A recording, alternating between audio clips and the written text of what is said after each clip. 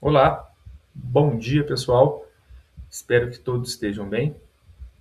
Meu nome é Marcos Vinícius, sou engenheiro de segurança do trabalho. Vamos falar aqui sobre segurança do trabalho para os membros eleitos e indicados da Comissão Interna de Prevenção de Acidente, CIPA.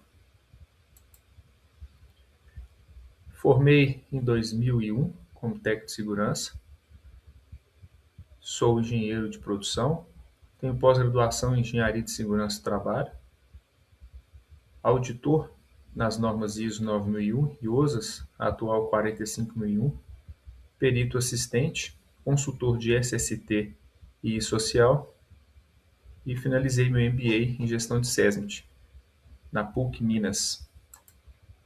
Então, o conteúdo da aula, ou do nosso treinamento, vem nesses 14 tópicos. Introdução, um pouco da história da CIPA, o que é CIPA, todas as empresas devem ter CIPA, base legal da CIPA, quem são os membros da CIPA, funções da CIPA segundo a NR5, como formar a CIPA, dimensionamento, treinamento para membros da CIPA, processo eleitoral, pode fazer eleição eletrônica, como tornar a CIPA efetiva, assédio sexual e outras formas de violência.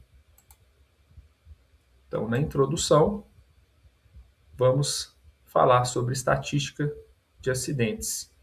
O Brasil registrou 2.500 óbitos e 571.800 CATs em 2021, segundo dados do Observatório de Segurança do Trabalho Smart Lab do Ministério Público. Esses números significam um aumento de 30% em relação ao ano anterior.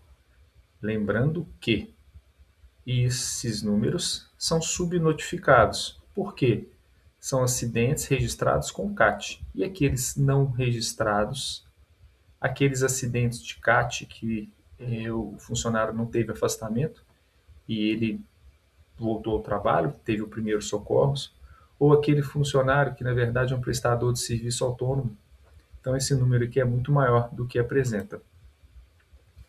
É para reduzir cada vez mais esses números que existe no país um conjunto de leis, desde a CLT, Consolidação das Leis do Trabalho, inclui também normas específicas, as NRs. Atualmente, existem 38 NRs. Essas NRs, nós temos NRs específicas, chamadas setoriais, e NRs gerais. Esse treinamento é dedicado à Comissão Interna de Prevenção de Acidentes, CIPA, que é objeto da NR5. Esta norma passou por uma revisão em 2022, por isso vamos dedicar uma atenção especial aos pontos que sofreram alteração. Um pouco da história da CIPA. Mas antes, que tal conhecer um pouco da história? Afinal, ela é uma importante parte do processo de evolução da segurança do trabalho. A primeira lei de proteção dos trabalhadores foi criada em 1802, na Inglaterra, em decorrência das transformações provocadas pela Revolução Industrial. As primeiras comissões de prevenção surgem entre as medidas para conter os inúmeros e graves acidentes provocados pelas condições de trabalho e precariedade das máquinas e maquinários dos primórdios da indústria. Lembrando que na Revolução Industrial, a medicina do trabalho iniciou com a higiene do trabalho para diminuir os acidentes, mas as doenças, né, relacionadas à exposição a ruído excessivo, a produtos tóxicos, a vapores, a carga excessiva de trabalho. No Brasil, as primeiras leis que tratam dos acidentes de trabalho são de 1919. Um importante marco acontece em 77, com a criação das normas regulamentadoras. Esse conjunto de normas estabelece procedimentos obrigatórios para a segurança e saúde do trabalhador.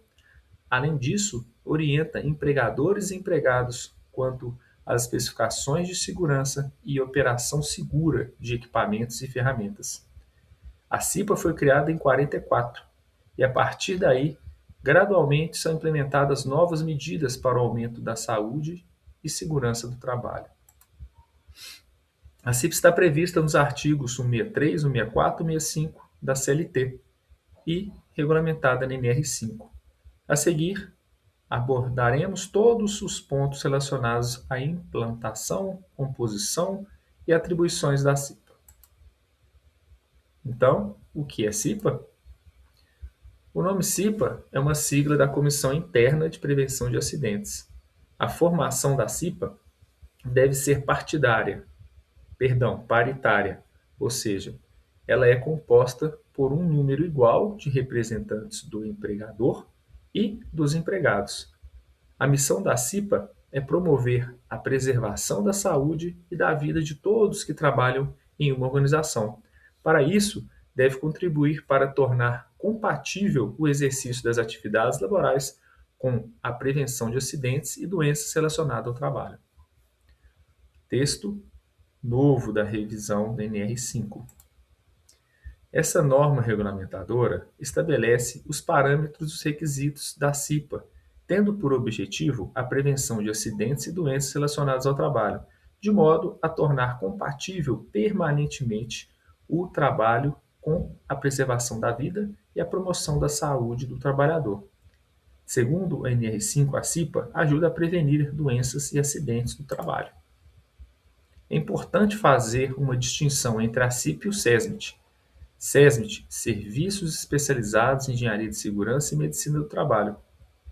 A principal diferença entre eles é que o SESMIT é um grupo de profissionais com formação técnica em segurança do trabalho na empresa. Integram o SESMIT os técnicos de segurança, os engenheiros, os médicos e enfermeiros. Já a CIPA são os funcionários indicados, eleitos e treinados. Todas as empresas devem ter CIPA?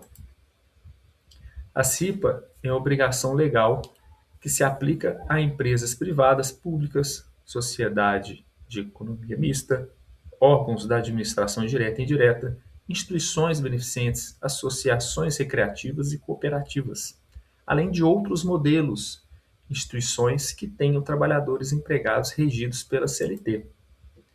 Todas as empresas devem ter, no mínimo, um funcionário para fazer a função da CIPA, chamado designado da CIPA.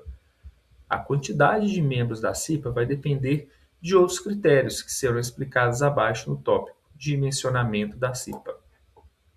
A base legal da CIPA, desde a sua publicação inicial, NR5, passou por diversas revisões para promover atualizações importantes visando refletir as transformações e novas demandas das atividades econômicas e sociais ao longo do tempo.